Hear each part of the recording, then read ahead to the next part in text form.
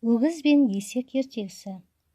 Бір күндерде өгіз бен есек жолдас болып ауыл маңына бірге жайылып жүріпті.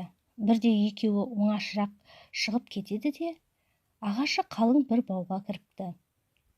Баудың іші жайқалған шалғын екен. Екеуі өлең шөпке сылқия тойып алыпты. Қарны тойған соң енді есектің бақырып көңіл ашқысы келеді. Соған ыңғай білдіргенде өгіз: "Сен ақырма" дейді аузын басып. "Біз бұл бауға ұрланып кіріп тұрмыз ғой, дыбыс шығарма." Бұған көнгісі келмеген есек: "Қарын тойған соң ақыру керек, тоғың басылады." "Содан абзал не бар?" депті екіленіп. Өгіз қой десе де тыңдамапты. Одан әрге төзуге дәті жетпей еліре ақырып жіберіпті. Есектің бауышын жаңғыртқан ащы даусын естіген соң бағбан келеді де өгіз бен есекті ұстап алады.